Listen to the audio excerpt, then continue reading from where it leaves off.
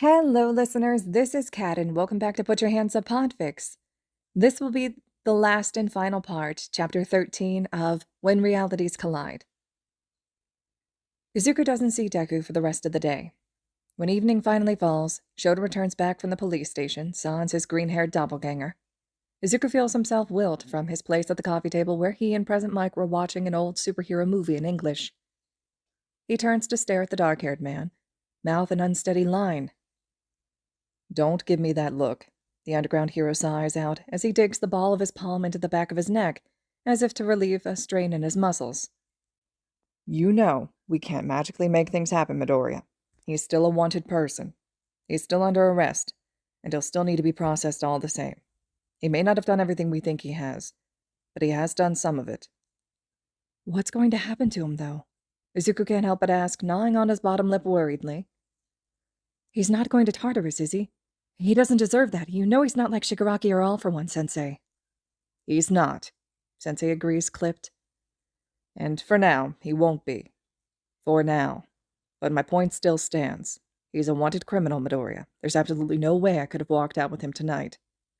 Deku will be spending the night in a holding cell at the precinct. And that will, unfortunately, be the case until something is sorted out for him. He won't be alone, though. The detective personally volunteered to watch over him to make sure nothing happens to him while he's there." "That's good," Izuku allows softly. He isn't entirely sure what he thinks about the Detective Tsukuchi in this reality, but he does trust the man's character just from knowing his own Detective Tsukuchi. Maybe his environment had changed him, Yagi-san and the things Deku has admitted to. But Izuku knows that the man wouldn't wrongly arrest and punish someone, or let anything bad happen to him while he's under his protection, even at the station. Deku had been honest. He'd answered honestly, and now they have proof, in the form of a lie detector quirk, that he wasn't exactly what the world thought him to be. Nowhere close, even. Izuku knows Tsukuchi's a good man, and a good detective. "So, what's the plan for the little listener, anyways?" Present Mike angles his head to glance backwards, up at Sensei, Izuku looking back once again as well, just as curious. Everything is up in the air at this point. The man shakes his head tiredly, rounding the couch and plopping down beside the blonde-haired man. Izuku scooches back so he's facing the narrow gap between the coffee table and the couch, able to look directly at the two men as he draws his knees up to his chest. Sensei's eyes slip closed for a second, blowing out a tired sigh before his eyes are slivering open once again. For now, he's safe. Tsukuchi's with him now, and Nezu was just leaving for a meeting when I left the station. He's on Deku's side, which is honestly more than we could hope for when it comes to the outcome of all this. There's no one better to have on Deku's side. As we speak, I'm sure the rat is rubbing elbows with the representatives from the police station, Japanese Hero School Board, and the HPSC trying to sort this out." "That was fast," Present Mike hums quietly. Sensei bows his head in a slow nod, eyes shutting again. "This really isn't something that can wait. They'll want to deal with Deku as soon as possible, whether that be sending him to prison or arranging something else for him. I don't know. No one can say for sure. This isn't a decision anyone can make alone. This is something even Nezu will have the least say in." "I hope he doesn't end up in prison," Izuku mumbles into his knees, averting his gaze from the two men.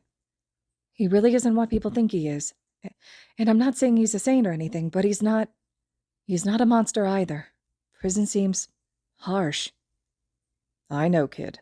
Aizawa Sensei sighs in exhaustion. "I know." "What are we hoping to get out of this?" Present Mike asks after a second of silence, and his voice is odd, Izuku thinks. It's not put out, but there's an uncertainty coloring the tone, maybe hesitance.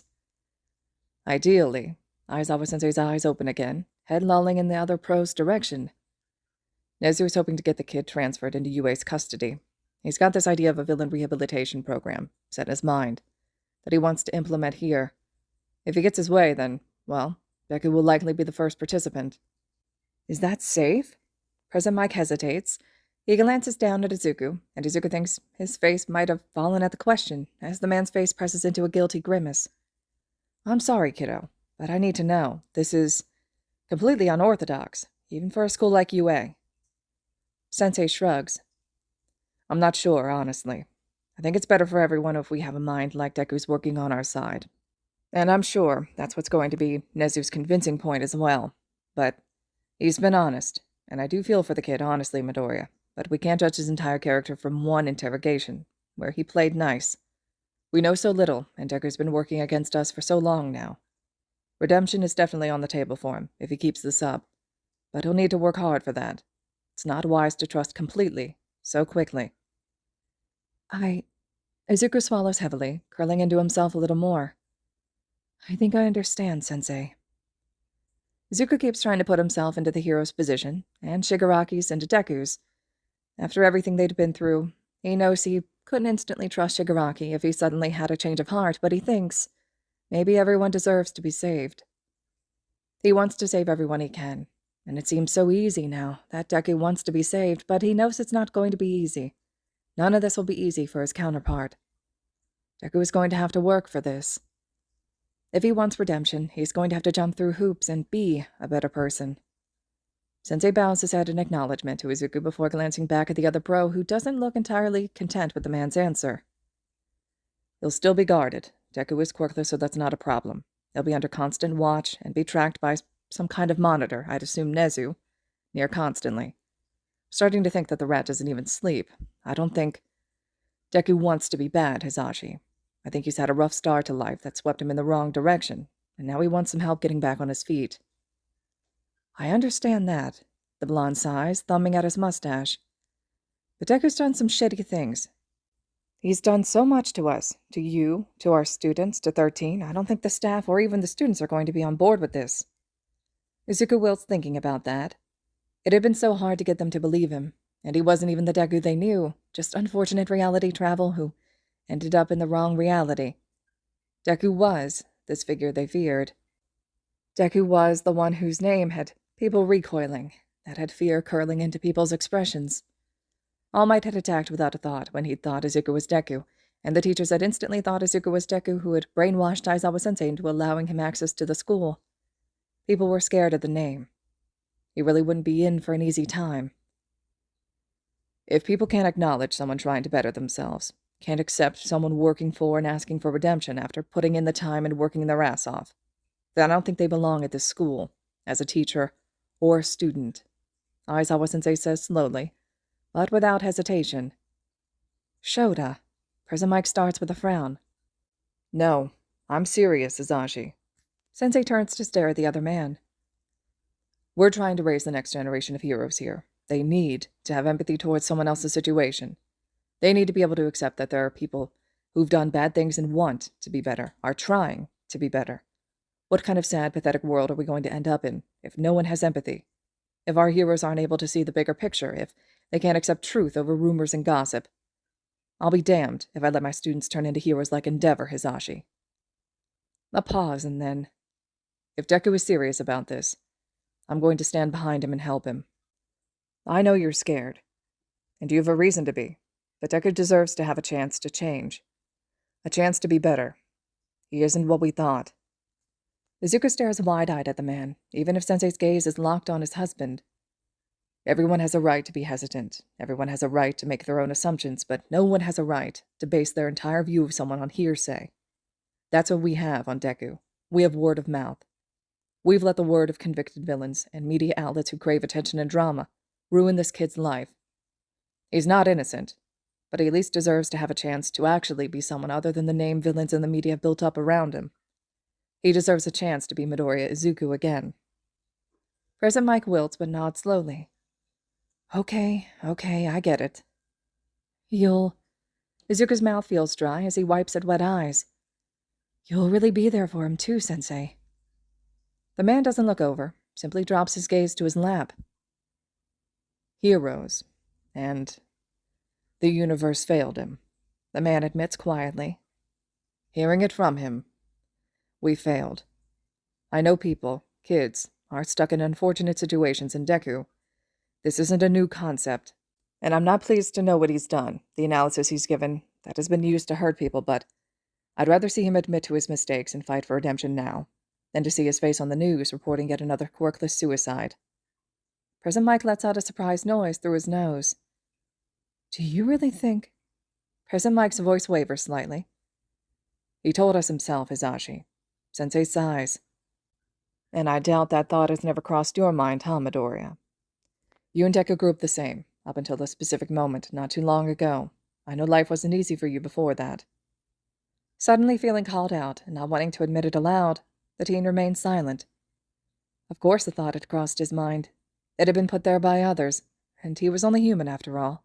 Plus, he'd been reading into and looking at the statistics of quirkless persons all his life, knowing he was just another statistic in the grand scheme of things, even if he'd grasped desperately at the hope of becoming a hero until his fingers turned bone white. He wondered if he'd still be alive, if he'd never been offered one for all that day. He hadn't been locked on that roof like Deku was, so they'd differ there once again. Which begs the question of what would have happened to him. Probably nothing good, he realizes with a wince. President Mike mumbles, rubbing at his eyes behind his glasses. I'm trying to wrap my head around this. Wow, this is a lot to take in, you've definitely got a point, Sho. Those statistics, we knew Deku was supposedly quirkless, but I never really thought, You know the quirkless statistics just as well as I do, Hisashi. Sensei cards his fingers through his own hair. It's a big problem that's so easily overlooked. We failed him. As heroes, as a society, as the ones trying to make a difference. This isn't going to go away. Discrimination isn't going to go away. How many others are there? How many kids out there are like Deku, like Midoriya? President Mike bows his head, now looking a tad bit ashamed. He'll also... The underground hero hesitates. If Nezu wins, and gets to try to rehabilitate Deku, he'll become the ward of the school. He'll need someone to look after him. He'll need a guardian. He's still a child, and his mother... That's a whole different can of worms. Shota. President Mike's tone is dry, eyes narrowed. Please tell me you're not thinking of... Tell me that you don't want to take Deku on as a ward. You want to have him here, in our dorms, our apartment, with your students. I'm not scared of Deku, the dark-haired man mutters. He's a kid, Hisashi. A kid who's been in a shitty situation, who's been coerced by Shigaraki and other villains. Deku didn't even know what kind of situation he was really working in with them. You should have seen his face, Hisashi. He's comfortable with me. He's going to have a lot of enemies, but I'm not going to be one of them, and I hope you won't either. He tried to kill you, Shota. He offered analysis, the man corrects sharply. He didn't lay a hand on me. He didn't use a quirk. He didn't touch my students or 13. He might have shown up on the wrong side of things, but he played such a minuscule part in that attack, and... The underground hero swallows uncertainly, glancing away from his husband as he continues. And Deku was right about his analysis. He could have done far worse, Hisashi. I saw the written analysis he did of me at the police station. He knew more than he offered. If he'd actually delivered that full analysis to Shigaraki that day, I wouldn't have survived. He might have been on the wrong side of things, but he chose to save my life instead of condemn me. President Mike draws in a shaky breath, head bowing in a very slow nod. Do I at least get to meet the kid before you bring him home? I doubt Deku will be going anywhere anytime soon. Sensei shrugs, looking a little upset about the statement. This is going to take time. There'll be time to ease everyone into this before he gets here. Izuku shrinks into himself a little bit at the thought of Deku sitting in a holding cell at the police station. It's better than prison, he knows, but it's still an awful thought. He knows he can't expect Deku to be released after a quick conversation like Izuku had been. Deku was the one causing trouble. Even if not to the extent they believed, he's still going to be processed, held, and then monitored. And if he's allowed to participate in this new program they're brewing up, because that's not guaranteed, he's going to have to be on his best behavior. Still, Izuku remembers Deku's face on that rooftop, remembers the fear he'd seen etched into the other's face as he told Izuku how stuck he was. Deku really hadn't had a lot of options, either turning himself in and getting arrested or being stuck in Shigaraki's hands. Izuku sucks in an unsteady breath, bowing his head. Will you keep an eye on him, Sensei? Izuku finds himself asking slowly. He feels the man's gaze settle on him, but refuses to look up as he squeezes his eyes shut. He's scared. This is scary, and he does trust you, I think. I'll try to be as involved as I can, Midoriya. The man's gravelly voice tells him gently. Deku won't be going through this alone, if that's what you think. I can't always be there, but I'll try my best to be there as much as I can." "Thank you." Izuku finally lets his eyes slip open, looking up at the adult with gratitude. "Deku needs someone, and I know you'll help him like you helped me. Thank you for everything you've done for us. For Midoriya Izuku. Both of us." "Don't thank me," the man huffs, though his lips do curl up faintly in fondness. "This took time and understanding. I don't think we did the right thing at any step of the way when it came to you, and even Deku, and for that I apologize. But I'm not going to fail another Midoriya, got it, kid?" "Got it." Izuku offers a small, pleased smile. "And who knows?" The man continues in a light voice as he slumps back into the couch. "Maybe Deku will turn out to be more like you than we think he is. You are the same person after all, right? Maybe all he needs is a stable environment and to not be used as a tool. I think the school could do with our own Midoriya Izuku, eh?" "Aw," Prison Mike whines quietly. "I almost forgot we probably don't get to keep you, listener." "I almost forgot about that too," Izuku admits quietly. There is a sting of sadness in his chest as he thinks about his friends, teachers, and family back home. He wants to see them. Mostly wants to hug his mom, and Sensei, and his friends, and even Kachan, even if he knows that might end up with a couple bruises. Then that sting gets worse when he thinks about leaving these friends, and teachers, and himself here. He wants to go home. He truly, truly does. But on the other hand, he's not entirely sure he really wants to leave everyone here behind. He's not sure that he wants to leave the friends and help that have made this feel okay and watched over him. He really owes Aizawa-sensei a lot. Izuku doesn't know what would have happened to him if he'd not found Sensei that night he'd arrived here, had Sensei not helped him like he had. He knows he probably won't get a choice, not that he'd ever be able to make that choice, he thinks, so that's probably for the best. He'd arrived here against his will, and he doesn't really belong here. Not when this is Deku's reality, he knows, but it still hurts his heart to think about leaving, as much as he does want to see his reality again. He wants to go home, but this place sorta does feel like home too, in a distantly familiar way. A light pulse of pain breaks Izuku from his thoughts. The teen brings a hand up to scratch at his hairline just above where the pain flickered. It wasn't danger sense. This pain is familiar, distantly, and the thought clenches uncertainty in his stomach. "Something wrong, kid?" Sensei asks quietly, and it's only then Izuku realizes both teachers are looking at him. Huh? Izuku blinks owlishly. "Your expression just went through a whole bunch of emotions," President Mike informs gently. "Looked like it hurt a bit, too." "I think..." Izuku bites hard at his bottom lip. "Maybe I might go home soon. I had a little pain in my head that wasn't my quirk, and it just... I don't know, felt different, I guess." "Oh," Sensei says, expression carefully blank. "I see. You have that wallet on you still, right? Your ID card and the letter for your Aizawa that I gave you. I have a little more I'd like to add to the letter if you don't mind. It'll be fast. It's important that he gets it." Izuku bows his head and nod, fishing the wallet out of his pocket. He opens the wallet and tugs out the couple of sheets of paper, handing them over to Sensei. The man bows his head and gets up off the couch, disappearing into what Izuku assumes is an office that he and Prison Mike share. Izuku watches him go, a frown tugging at his lips. "Well," the blonde hums softly. "Want to come help me with dinner? I don't know if you'll just blink out of existence here or something, but I want to spend whatever time I can with you before you're gone, yeah? And we should send you off with a full tummy, you dig?" "Okay." Izuku smiles lightly, ignoring the steady pain in the side of his head as he pushes himself up off the ground and follows the pro into the kitchen. Aizawa-sensei is gone for about 10 minutes. Izuku helps Yamada-sensei in the kitchen, trying to ignore the constant thrum of his head. It's light, thankfully, but it's there.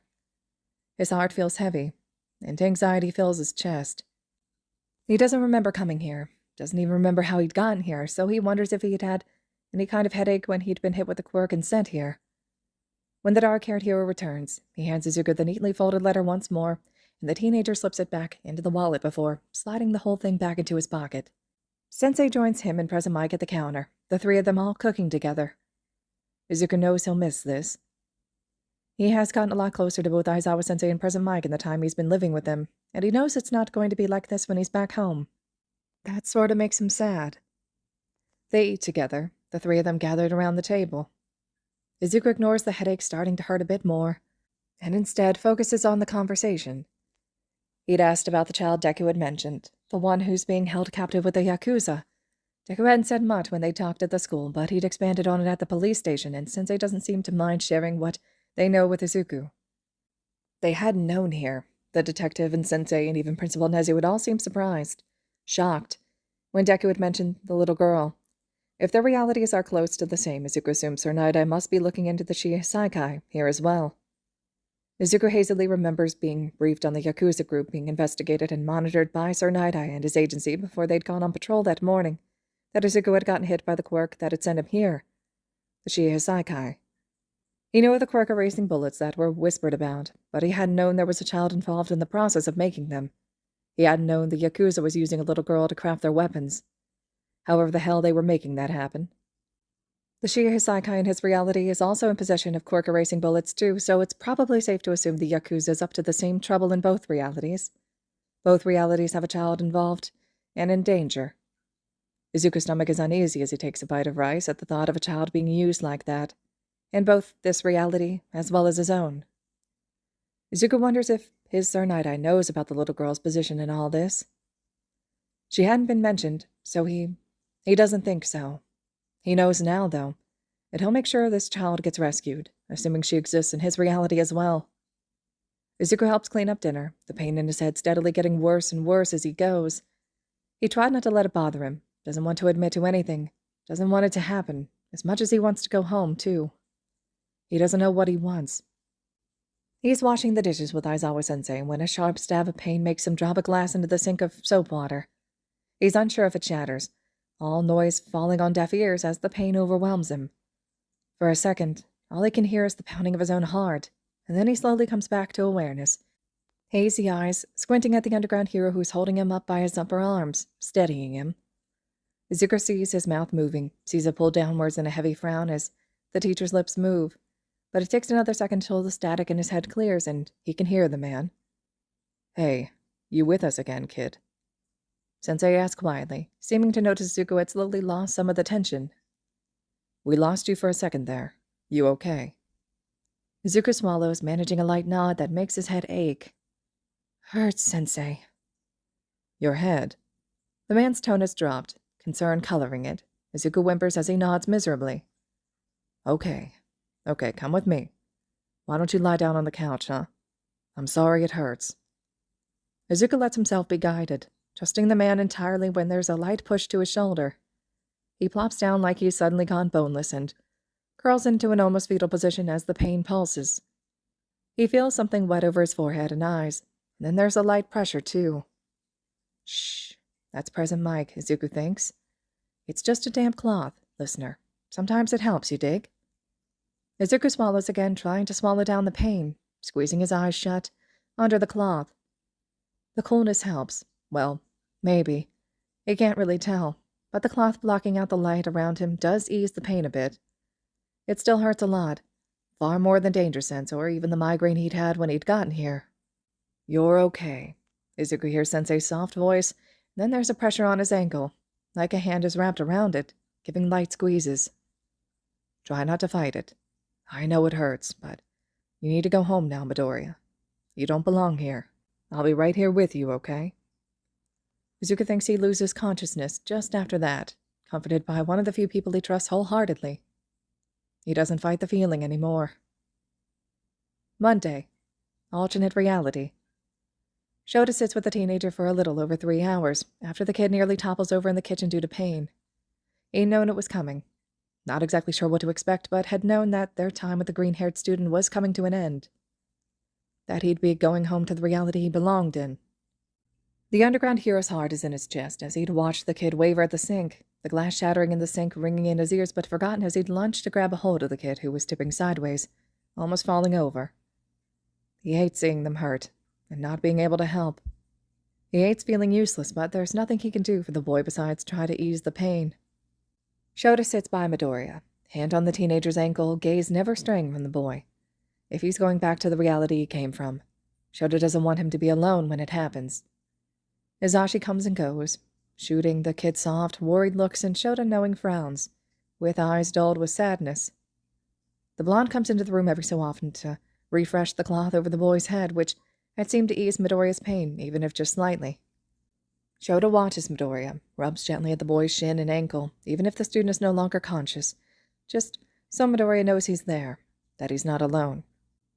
It's well into the evening. He'd have already started his patrol if he hadn't been on leave. The child hardly stirs, hardly moves until he's gone. He leaves, as Shota assumes he'd arrived. There, 1 second, and gone the next. Shota had only blinked. It had happened just that fast. Midoriya had been there, and then he'd blinked, and then the teenager was gone. The universe righting itself in some morbid way that breaks his heart. Shota's hand hovers over nothing, where the child's shin had been just a moment earlier, and the cloth that had been on the teen's head nowhere to be seen. He doesn't see the wallet either, which is good, Shota thinks distantly. Shota forces his eyes shut, drawing in a shaky breath as he drops his hands to his lap. The kid is gone. It's a good thing, honestly. But Shota's heart aches. He'll never see Midoriya again. Never that specific Midoriya. The heroics kid who'd done what Shota could not do, who'd inspired each and every student in Shota's class, who brightened every room he walked into, and was so kind and helpful and thoughtful and clever. A destined hero. It shouldn't feel like the kid had just died, but it does. His stomach curls with grief, and he knows Midoriya is okay, will be okay, but Shota will never see him again. This is a good thing, but he just can't seem to get himself to believe that as he sits alone. He knows the kid is back where he belongs. Shota hopes to God that's where he is at least. But it still hurts far more than he thought it was going to, now that he's staring at the spot the teenager had been. He's gone. Shota feels someone sit beside him, and there's an arm over his shoulder, tucking him into someone's side. It's Hisashi. Who else could it be? Shota takes a second to process the sudden proximity before turning into his husband's embrace, burying his face on Hisashi's shoulder. The man shushes him gently, and then there's a hand in his hair carding carefully through his dark locks. Hisashi's voice is watery, trying to hold it together, and Shota distantly realizes his own eyes are teary too. He hardly ever cries. "I'm so sorry, honey," Hisashi mumbles. "I'll miss the little listener too." Monday. Reality. 1 second, Shota had been asleep, and the next there are hands on him, shaking him roughly. He stirs from his sleep, blindly swatting the persistent hands. "Look, I know you're tired, Shota," comes his husband's nearly frantic voice, "but I really need you to wake up." "Hisashi," Shota groans out, reaching up to rub at tired eyes as the hand on him leaves his body. He pushes himself up onto his elbows, slivering his eyes open to take in his husband. What happened?" Hisashi's hand is on him again, tugging at his wrist and all but pulling him out of bed. "I need you to come see something and verify I'm not crazy, Shota." "What?" Shota manages out, tired eyes flicking to the bedside table where the alarm clock sits. He'd only been asleep for a couple hours. Hisashi would have just gotten out of bed to get ready for patrol. What the hell was so pressing that he needed to wake Shota up? Shota had hardly been sleeping since his student disappeared, or, as they'd theorized, was sent to an alternate reality. No one had really rested since the kid went AWOL during that fight. Yagi and Tsukuchi had barely left the police station, and Sir Night-Eye had his agency working around the clock, looking into the quirk, and out searching for the kid in case they were wrong, and he was somewhere out there. No one wants to rest when one of your own is missing. Even if Midoriya was just a brand new intern, he was still on an internship contract with Night-Eye Agency. Tokuda had taken Midoriya's disappearance the hardest. Shota thinks the third year had somehow gotten into his head that it was his fault, that they hadn't stuck together, and now the kid was missing. Toga had to be physically benched by Sir Night-Eye himself, telling the kid to take a rest. Shota's not sure he'd ever seen Tokuda look as crestfallen as when the kid had left the office with his shoulders hunched up to his ears. And even the Shigaraki raid had been pushed back while the search for the missing teenager went on. Sasaki still had his surveillance going on, and even if they didn't raid right away, they were getting more information about their targets, which was always useful in high-priority raids. Shota himself had been dedicating the time that wasn't spent in meetings, explaining the situation to Midoriya-san, or breaking the news to the students, out patrolling his routes in hopes of finding the kid somewhere, even if he really did believe that Ame had unintentionally sent the kid somewhere. They'd spent so much time trying to figure out what to do, half-baked plans of trying to send someone to where Midoriya ended up using Ame's quirk. That one had been quickly scrapped, despite Shota's insistence that he'd be the test subject if it meant finding Midoriya wherever he was. They'd spent hours upon hours at Night Eye Agency searching for quirks that might be able to help find the kid, or even just see where he was and what he was going through. Shota had found himself wishing Sir Night Eye's quirk wasn't touch-based, that they could have handed the man something of Midoriya's and had him be able to see what the kid was doing, like a sniffer dog following the trail of a missing child. And when he wasn't busy with his remaining students working with the others about trying to locate the kid and drinking excessive amounts of coffee, he'd found it hard to let himself relax enough to actually sleep, which wasn't something he struggled with very often. Shota stumbles after Hisashi, palming at one eye as he's tugged along. Hisashi pauses in the doorway, that sees into their living room, pausing like he's afraid to move any further. Shota half expects his husband to point out a spider, or an insect of some sort to be dealt with, but Hisashi says not a thing. Hisashi, the dark-haired man sighs tiredly. What? And then he sees it. What's out of place in their apartment? What had his husband acting so spooked? Shota's mouth goes dry, and he suddenly feels completely awake as he stares wide-eyed at the disturbance in their home. What the fuck? Oh, thank God, you see him too, Hisashi cries out, still not moving any closer. I was so sure I was going crazy, Shota. I thought I was dreaming, or that I missed the little listener so much I imagined him or something. I thought I was hallucinating. Shota blinks owlishly, unable to draw his gaze away from the couch. The couch where the very teenager who'd been missing for an entire week was curled up in a ball, asleep. The teen doesn't move, besides the steady breath that Shota sees his chest rising and falling with. There's a cloth on the teen's forehead over his eyes, but Shota sees the green curls. There's only one kid he's ever seen who has as vibrant green hair as what he's looking at now. There's literally no question about it. That's Midoriya Izuku, who'd been missing, asleep on their couch, in their apartment, their locked apartment. Shota himself hesitates for a second longer before inching into the room. Hisashi trails after him, keeping a step behind him. They pause beside the couch, each just looking at the teenager hesitantly. Neither wants to make the first move, but as far as they know, the kid could be an illusion, or a figment of their imagination. Unlikely, but Shota's starting to realize anything is possible. Shota pinches the edge of the cloth between his fingers and lifts the corner up to expose Midoriya's face. It's no question, but a small part of him needs to see the teenager in his entirety to believe this. His curls are slightly damp when the cloth is lifted away. Shota's eyes track over his shut eyes, and his nose, and the freckles decorating his face. It really is the kid. Where the hell had Midoriya been? How the hell did he get here?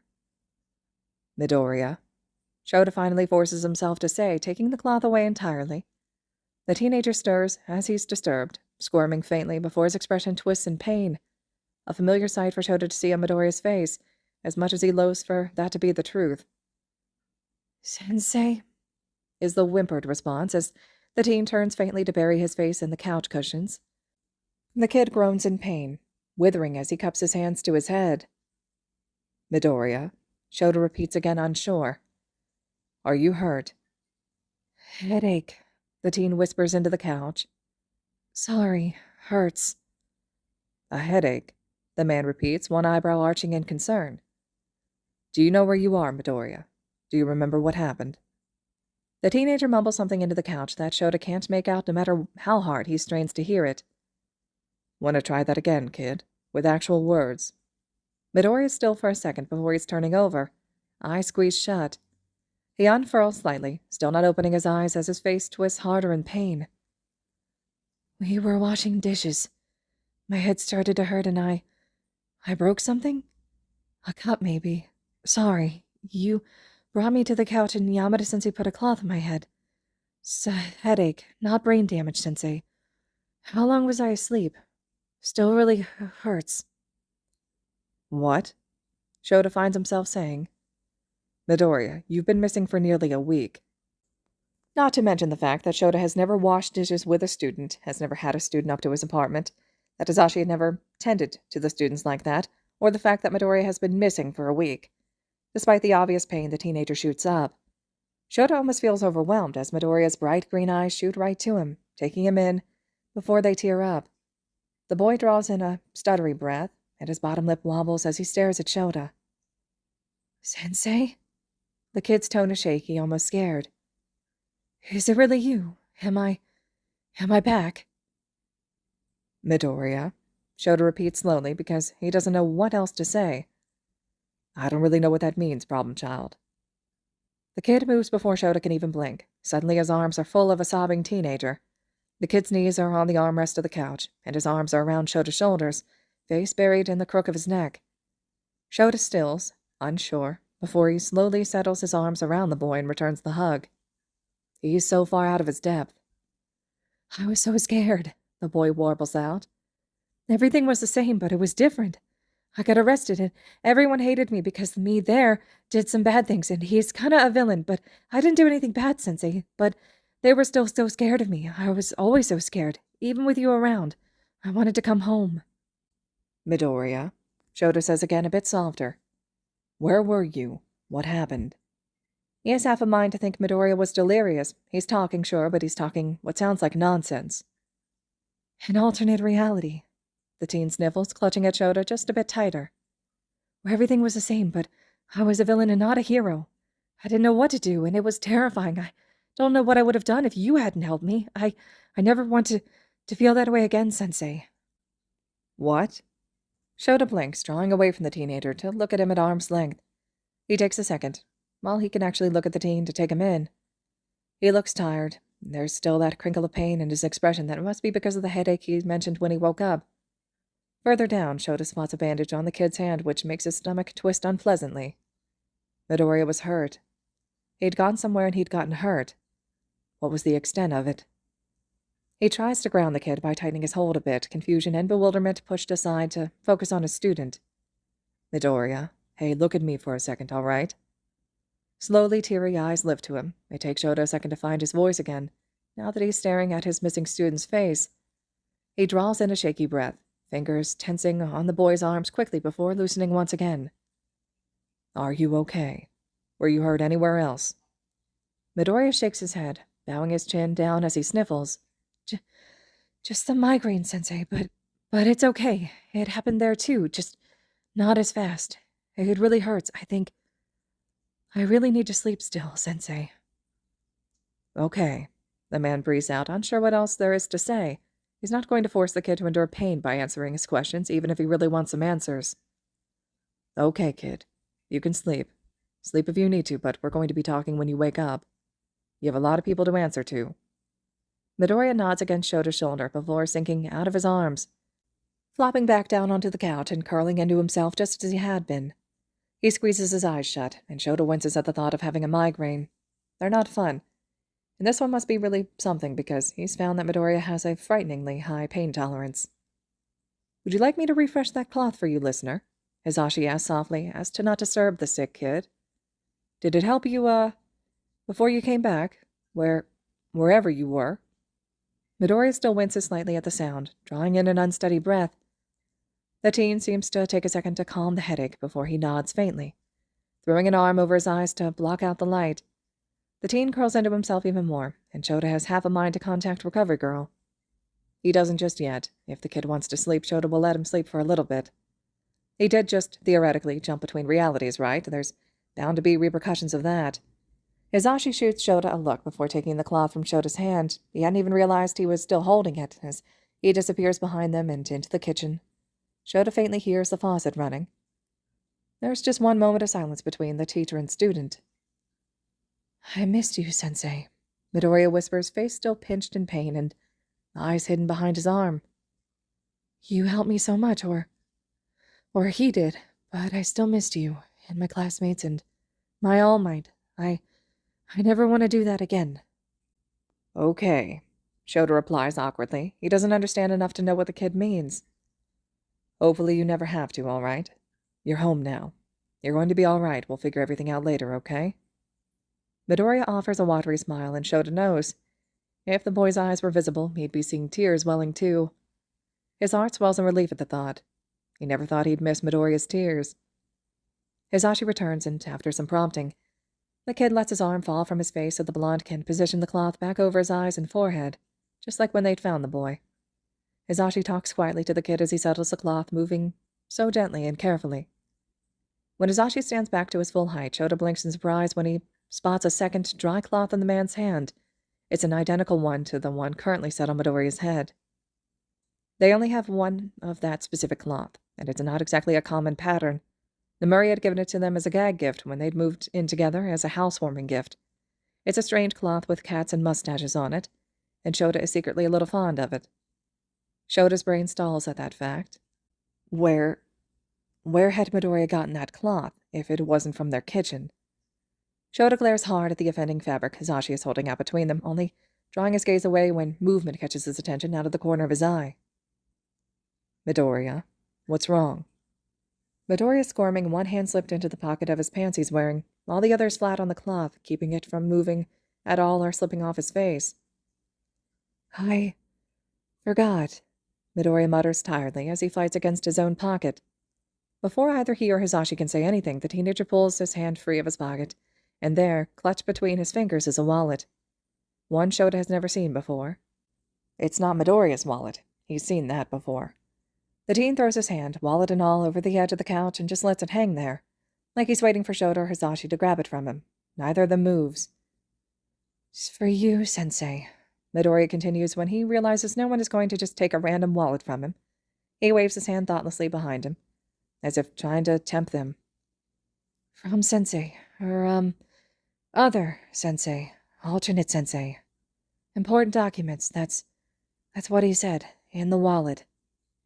Shota takes the wallet slowly, and instantly Midoriya withdraws his hand and curls it into his chest with the other hand. The kid shifts, and Shota thinks maybe he's passed out again. He's not surprised. The kid doesn't really appear to be all there at the moment. Pain is clearly clouding his head, and there's a good chance the kid is also trying to orient himself now that he's back in the reality he belongs in once again. Maybe after he's slept a bit more, he'll be a little more coherent. Hisashi crowds into Shota's space as the man flips the wallet open. The first thing he sees is the kid's student ID. That clears up where that piece of identification went. The second, tucked into the gap where the banknotes are supposed to be, is folded up wadded paper. Shota's nose scrunches up as he pulls out the note, handing the wallet to Hisashi to hold on to. Aizawa Shota. That's his writing. But he sure as hell didn't write that. He doesn't even know how Midoriya would have gotten his hands on something like this. What even is this? Shota. Shota lifts his gaze from the papers, attention flicking to his frowning, uncertain husband. I need to go on patrol. Do you want me to stay here with you and the listener? No. Shota shakes his head. Go on patrol. I'll keep an eye on the reality jumper. Doesn't look like he's going anywhere anytime soon. I'll call you if I need you for whatever reason. His husband offers a gentle, yet sympathetic smile as he nods. It's only a couple minutes later that Shota finds himself alone in their apartment, well, with Midoriya at least. Shota is perched on the edge of the couch beside the sleeping teenager, keeping an eye on him. He truthfully doesn't think he'd be able to leave the kid right now. He's still processing everything, and actually seeing Midoriya makes that easier. He's back now. He's relatively safe. The kid is okay, maybe not mentally, completely, but physically. Mostly, at least. Shota stares down at the folded papers clutched between his fingers, eyeing the handwriting for any signs of forgery, but he spots nothing. It looks as if he could have written his name himself, and he'll admit his handwriting isn't the easiest to read or forge. He glances sideways at the kid next to him, considering the sleeping form that had insistently searched out and made sure Shota got this letter, even in pain, before looking back at the papers and unfolding them slowly. Aizawa Shota. This is something I never expected to be writing. A letter to myself. Illogical. But there's no other way I could think of to reach an alternate version of myself from an entirely different reality that, before meeting your student, I never thought could exist. I wanted you to know that I'm the one who's been watching over your student while he's been stuck here. I don't know about you, but if I was in your shoes, I'd be comforted to know someone was looking out for my kid when I couldn't be. Now, assuming we're the same person, which Midoriya has assured me on multiple occasions we are, I'm going to skip the remainder of the pleasantries of this letter.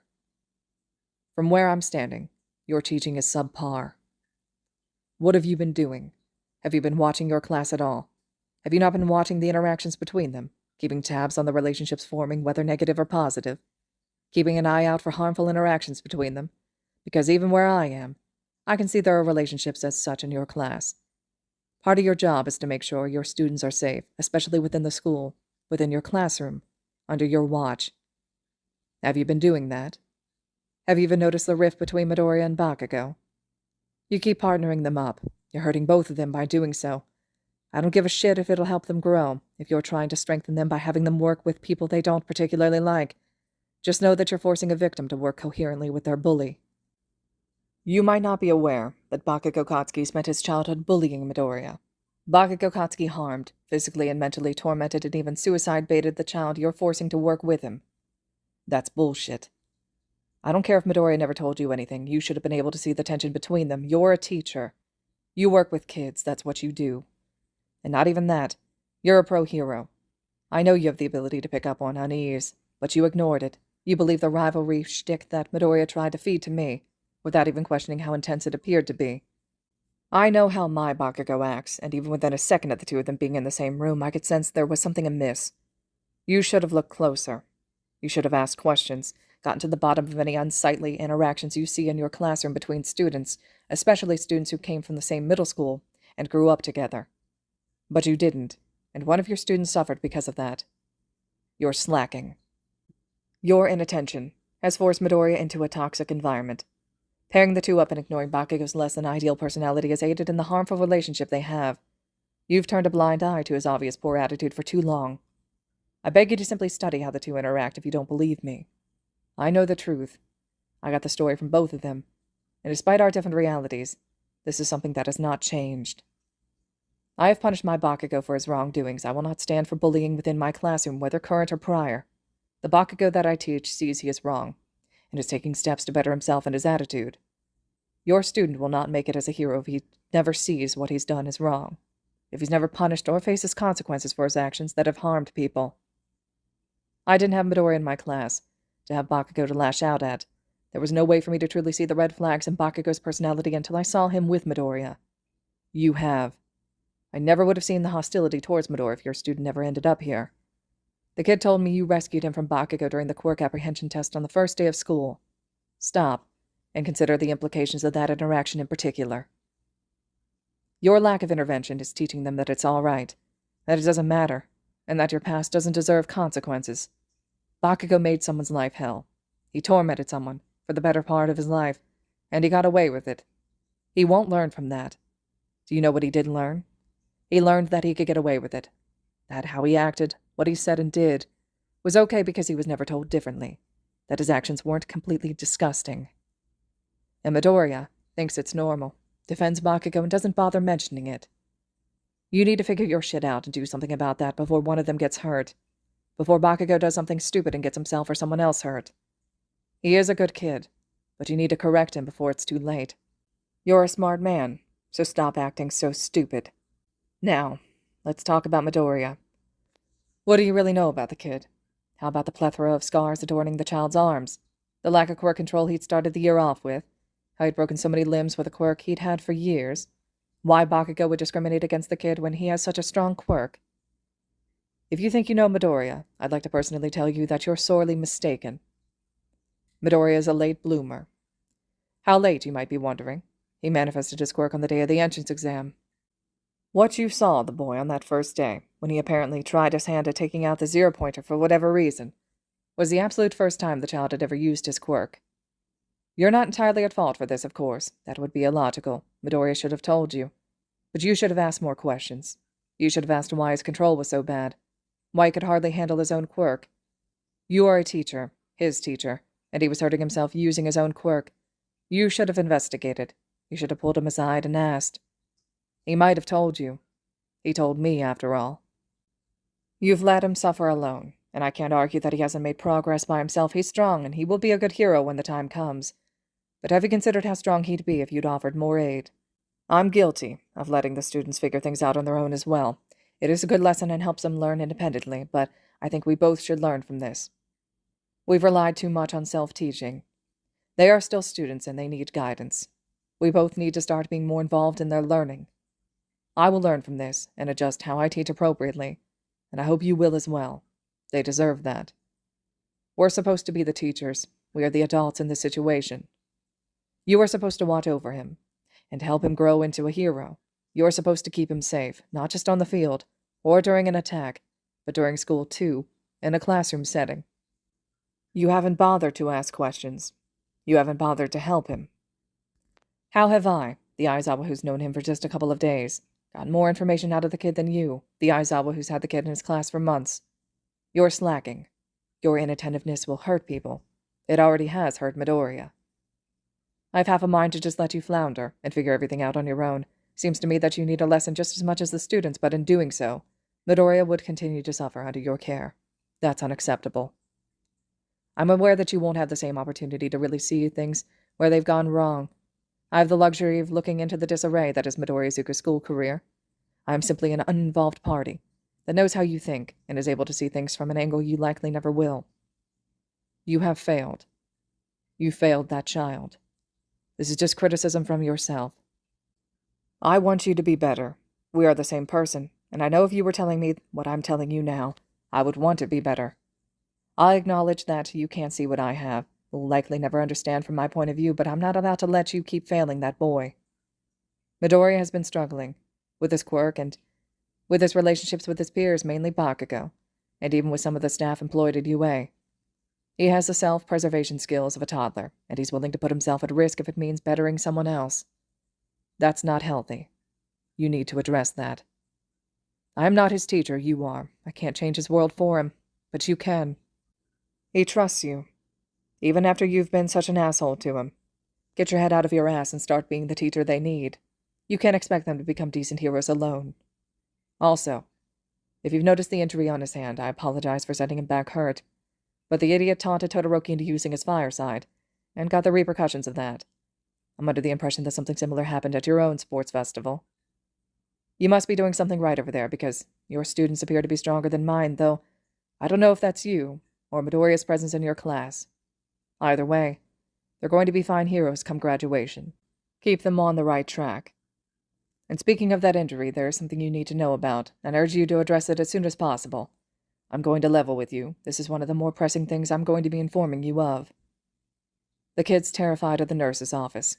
I don't know how many times you sent him to Recovery Girl for an injury he got in class, but I find it unlikely that he ever actually made his way there without a chaperone. You need to get on this. Recovery Girl told him that she wouldn't fix his injuries if they had anything to do with his quirk. She told him she wouldn't heal self-inflicted injuries. That's bullshit. He is a child, with a new quirk, a dangerous quirk that he can't help. There are going to be self-inflicted injuries, and she had absolutely no right to say that to a first-year student. I'm beyond pissed, and it didn't even happen here. I know you don't know about this, but you need to fix it. He should not be afraid of the nurse's office. He should not be afraid of help. He shouldn't have to question whether or not he'll be treated if he needs medical attention. Midoriya is going to get himself hurt one of these times by not seeking help when he needs it if you don't correct this fear. He was burned badly in my class and didn't even consider going to see Recovery Girl until I forced him. She needs consequences for what she said. I don't care how long Recovery Girl has worked at the school. She does not get to make decisions like that, or to threaten withholding medical attention from a student. What I'm trying to get to here is that you need to be better. You need to get your head out of your ass and stop turning a blind eye. You have not been a good teacher. From what Midoriya's told me, you're not even close. Like, why the hell did you guys muzzle Bakugo on live television? There is a margin for improvement for both of us. Despite everything, Midoriya still trusts you enough to find me when he needed help. Don't break that. Try not to keep disappointing me. Sincerely, your unimpressed counterpart, Aizawa Shota. P.S. I'm writing this as an afterthought because I was just informed of something you need to know about. Midoriya didn't manifest his quirk in the traditional sense. He was given it. By All Might. I'm aware that that sounds illogical, and I wouldn't believe it either. It's impossible, but that's the truth. That explains the late manifestation, doesn't it? And it explains the relationship Yaki has with the kid. You're observant. You would have noticed. I noticed when it happened here, and I only know because in my reality, Yaki has the same relationship with another kid who suddenly manifested a second quirk in his third year. Sound familiar to a certain late bloomer? You also need to be aware that he's going to start manifesting more quirks. He manifested a new quirk called Danger Sense while he was here. I don't have the time to go into it. The kid is showing signs of returning to your reality, and I need this letter to be on his person when he goes, so you smarten the hell up. But it's vital that you're aware. You need to help him. You need to be involved. He's going to need you, even if he'd never ask for your help. Don't make him ask. Just be there for him. Take care of that kid. He's going to be a great hero, and you're lucky to have him as he is. Good luck. Shota stares down at the letter in his hands. The edges, where his fingers are tight on the paper, are wrinkled and creased. Shota wants to believe this is all fake. Maybe it's a joke of some sort, because what the actual fuck had he just read? But he knows Midoriya had gone to another reality, and that is his signature at the bottom of the page, no obvious sign of forgery. Not that he thinks Midoriya would ever forge a signature. The kid seems smart. And like he values living. So that means this is all true. Everything. All of it. He had unintentionally fucked up, hadn't he? Holy shit. Shota's gaze flicks over to where Midoriya is still passed out, where he'll likely remain that way for quite a while if his lack of stirring is anything to go off. Great. That gives Shota time to make some calls, and there are a lot he needs to make after reading that letter. There's so much he needs to do, so much he needs to fix. His alternate self is right. Shota shoots the kid one last look before he stands slowly. He grabs a cloth off the kid's head, unsure of how to feel about the fact that Midoriya hardly even stirs, even when disturbed by the cloth, both leaving and returning to his head, and heads to the kitchen to re-damp the cloth. Only when Midoriya is tucked under a throw blanket, and has the cloth settled back over his forehead and eyes, does Shota head to his and Hisashi's office, his phone and the letter Midoriya had given him in his hands. He leaves the door ajar enough to see the kid curled into a ball on his couch, and takes comfort in the fact that Midoriya is back, right there with him. Shota plops into his office chair with a heavy sigh, glaring daggers at the letter now on the desktop that makes him feel like a piece of shit teacher. He deserves it, he knows, but that doesn't stop the guilt and the shame pulling in his stomach. This is definitely going to take some time. All right, listeners, this concludes the fic When Realities Collide. I really like the way the author wraps this one up. Just sending Izuku back with the letter, I think that was really well done, and giving Aizawa the information he needs in order to fix things in his own reality, so I think that's awesome. I'm eager to hear your overall thoughts and reactions to the whole fic as well. And the author, they haven't started it yet, but has pointed out that they do intend to potentially make another fic in this series. It said that fic would be more centered around Deku from the point that he's arrested onwards, so potentially even the villain rehabilitation program or relationship between Aizawa or even Bakugo and Izuku over in that other reality. I'm genuinely eager, though, to hear your thoughts and reactions to this entire series because I think the author did an incredible job with it. If you like the fic and you have an opportunity to slide over to AO3 to leave comments or kudos to the original author, I think it would be much appreciated. And as always, thank you so much for listening.